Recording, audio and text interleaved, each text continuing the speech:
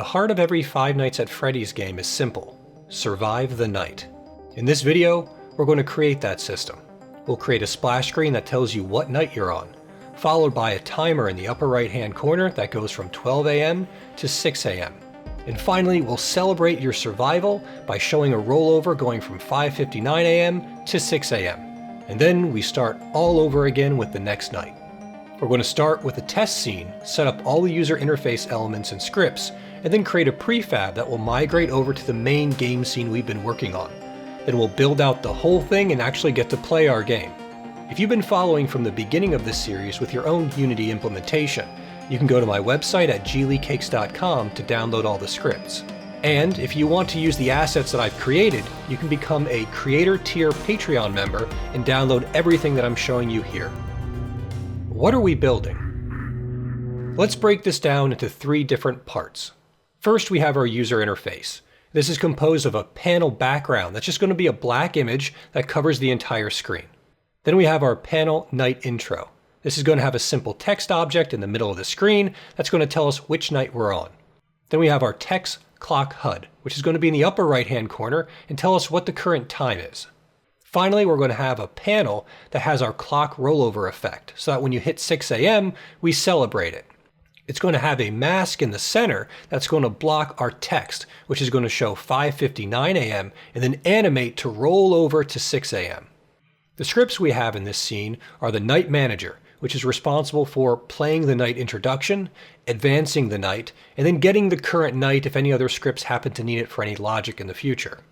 Then we have our Night Timer. This is going to be responsible for updating the little UI in the upper right hand corner, showing us what hour we're on. Importantly, this also holds three different actions we can subscribe to: on night begin, on hour changed, and on night end. This way other scripts can be notified of when these main events begin and make changes as necessary. Our final script is win sequence, and it's going to be responsible for playing the win sequence at the end, which is that rollover effect. Let's talk about the flow of the scene. We're going to start in that main menu, and then the player is going to press start. We're going to have our background black screen go from 0 to 1 on the alpha so it fully fills the screen. We're then going to fade in our night text, hold on it, and then fade back out. We're going to instantly transition back from an alpha value of 1 to 0 on our black background so we can actually see the room we're in. We're going to have our night timer pop up in the upper right hand corner and slowly tick away and update as the game progresses. Once we hit 6 AM, the win sequence is going to pop up. It will fade in, showing a 5:59, roll over from 5:59 to 6 AM through an animation.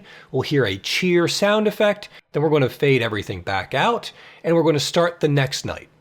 User interface setup. I started with a clean scene, not the one we've been working on from before, because I just wanted to focus on the user interface elements. Once I finish with this, I'll make everything I've created into a prefab. Let's take a minute and go through the entire composition of the scene's user interface. We start with a canvas Night Manager. This won't be the root of our prefab. It's just there so we have a user interface to draw onto a canvas for our screen. Next up is our Night Manager root. This will become the root of our prefab. It's just a rect transform. Importantly, it's where all of the different scripts are going to be attached. You might ask, why did you make three separate scripts but attach them to the same game object instead of just making one script? Well, I did this so I can compartmentalize all the functionality into three different parts, because I don't know. In future videos, I might want to change the layout. This way, each script controls a different component of the game, and I can mix and match things later when I get a better idea of how this is all going to work. Under the Night Manager root, we have four components. The first is our panel_bg_black, which is just our black background so that we can fill the screen with something. Then we have our panel night intro. This contains a canvas group so that we can change the alpha easily of any child objects. It also has a text mesh pro child object. This just says night X for now. We're going to use our script to control what night it actually says based upon how far the player has gotten in the game. Next up, we have our text_clock HUD. This is in the upper right hand corner, and it's going to display the current hour of our game. Finally, we have our panel_win clock rollover. This is going to have a child object called our panel_mask. This contains a rect mask 2D component so that it blocks what's being shown on the screen. This way we can have the 5:59 and the 6 a.m. written on the child object, which is our text object, and then animate it moving up slowly, which makes it look like a clock rollover. And as I said, we have a child object. This is that transition from 5 to 6 a.m. Now that we have an understanding of all the different UI elements, let's talk about the code. A brief code walkthrough. Let's go over the 3 scripts that will control everything: Night Manager, Night Timer, and Win Sequence. Night Manager starts off with several references. We have a reference to the text object that displays what night we're currently on, so we can replace that night X with night 1, 2, or 3. We have a reference to a canvas group to allow us to change the alpha value of that entire group, so we can make it slowly fade from nothing to fully opaque and back. We have 2 more references for the scripts that we're going to talk about next, the Night Timer and the Win Sequence. Then finally, we have a reference to that background panel, so we can fill in the entire screen with black and then remove it when we play the game. We have 2 values to control timing. The first is our fade duration, which is how long it takes to fade the text in and out. Then we have our hold duration, which is how long we want to display what night we're on. The start method is very important for us because it's going to store or grab from our PlayerPrefs what night we're currently on. As the player progresses through the game, the PlayerPrefs will be updated, which will save our current state as an integer value of 1, 2, 3, 4, whatever you want it to be in terms of the nights. It's then going to start a coroutine that plays our night intro. That's going to show what night we're currently on.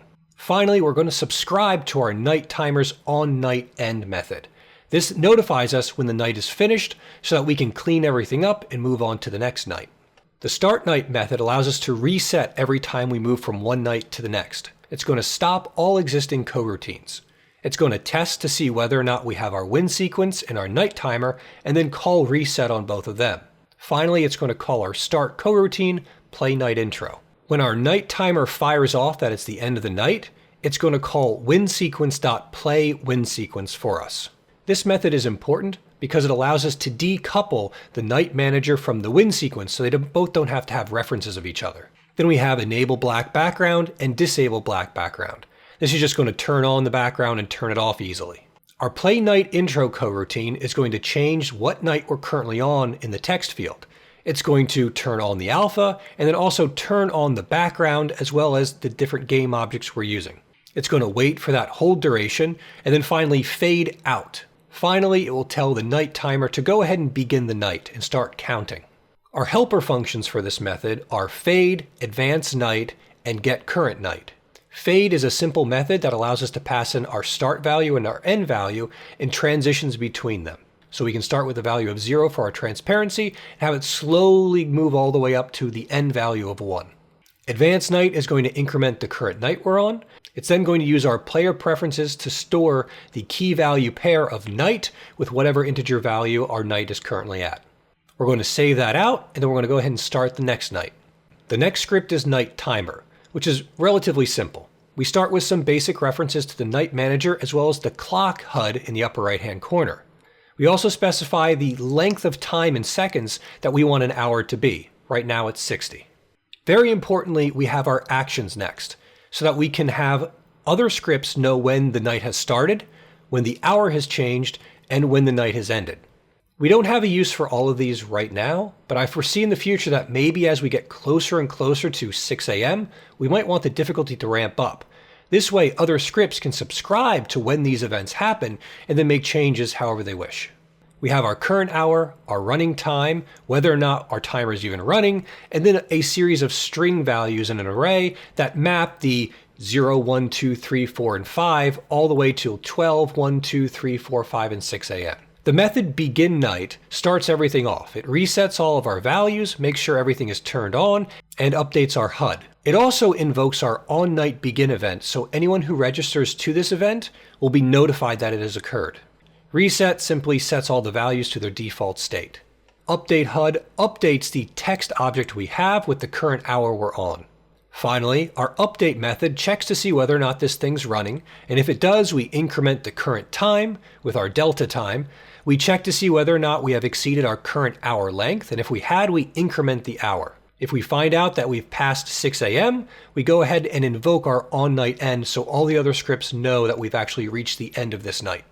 WinSequence has references to the night manager, our rollover animator, which is going to control transitioning from 5:59 to 6. We have our canvas fade group so we can fade things in and out. And we also have an audio source so we can have cheering at the end just like in Five Nights at Freddy's. We have 3 timing values. The first is our pre-roll hold, which is how long we hold before we roll over from 5:59 to 6. Then we have our post-roll hold, which is how long we wait after it's rolled over. Then we have our fade duration, which is how long the fade will take. Our reset method sets all the values to their default state. It also makes sure our animations are set in their default states as well. Play win sequence fires off our coroutine that starts the entire win routine. Our win routine starts off by checking to see if we're running. If we aren't, we abort. We then go ahead and fade in. Then we hold before we actually do the roll. Then we call our animator component and set the trigger to roll. We go ahead and wait for this rollover to finish. We hold on that rollover at the 6 a.m. and then we go ahead and fade back out. And then we finish everything off by calling nightmanager.advancedNight so we move on to the following night. There's one last script I wanted to talk about, and that is an editor script I created in order to reset our player prefabs. If you run this game in the editor and you allow it to roll over past night 1, the next time you run, you'll be in night 2. This script here, called Night Editor Tools, gives us a menu at the top of our Unity editor under Five Nights at Freddy's /clear night progress. When we press this, it's going to go ahead and delete our PlayerPrefs night key. This allows us to debug our game and reset back to night 1 whenever we want to. The rollover animation sequence. Let's take a moment and talk about how I animated the night rollover effect. In our hierarchy, you can see we have a panel called Win Clock Rollover, followed by a masking object, and then the actual text underneath of it. We have it say 5:59 a.m. with a new line followed by 6 a.m. When the mask isn't enabled, what you'll see is that both 5:59 a.m. and 6 a.m. are on the screen. I added an animator component to the 5 to 6 text game object, and I went ahead and animated the anchored position value so that it would move up slowly over time. In the animator window, I went ahead and created an idle animation value that we stay in with nothing happening. Then from any state, I drag and dropped my animation, the 5 to 6 animation rollover effect in there. In my parameters, I created a new trigger type called roll. This is the animation I'm calling in my script that allows it to know when to animate from rolling over from 5:59 to 6 a.m.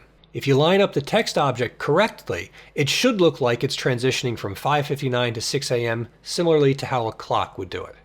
Adding our prefab and building the game. After I was finished creating the scene, I clicked, drag and dropped my Night Manager root into my project folder. I went into my noise test scene and duplicated it so I wasn't messing with the old version from the previous video. And I called this scene gameplay_noise test. Under the canvas_background object within that scene, I drag and dropped my prefab Night Manager root. I did have to go in and make sure I re-stretched all of the different background elements because they weren't quite showing up the same way as I had it in the original scene. Sometimes I would get a tiny bit of a sliver of the background showing through. I made sure the Night Manager root was at the bottom of my stack so it shows up on top of all the other game objects and doesn't get in the way. I then went to File and Build Settings, and I added this scene to my build settings and removed the old one that I was messing with before, the noise test one from the last video. I then went to build and I built my entire scene out to a new project. Let's go ahead and run the whole thing and see how it plays out.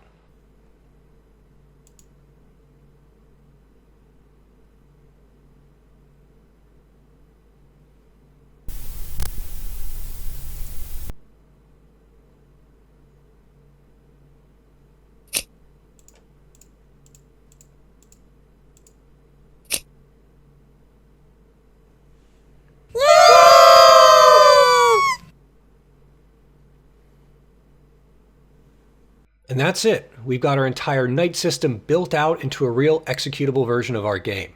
As we play, the nights move on and we transition from night 1 to 2 to 3 to however many you want to have. But there's a problem with the game. Unless you press that button in the upper left-hand corner and purposefully get rid of yourself, nothing happens in the game. And that's why in the next video, we're going to start tackling the Power Manager system. As usual, all of these scripts are available for free on my website at gleecakes.com. And for all members of the Patreon creative tier, you get all of these assets to play with as you like. Thanks to the subscribers out there, both on YouTube and on Patreon. Thanks for watching. So long and goodbye.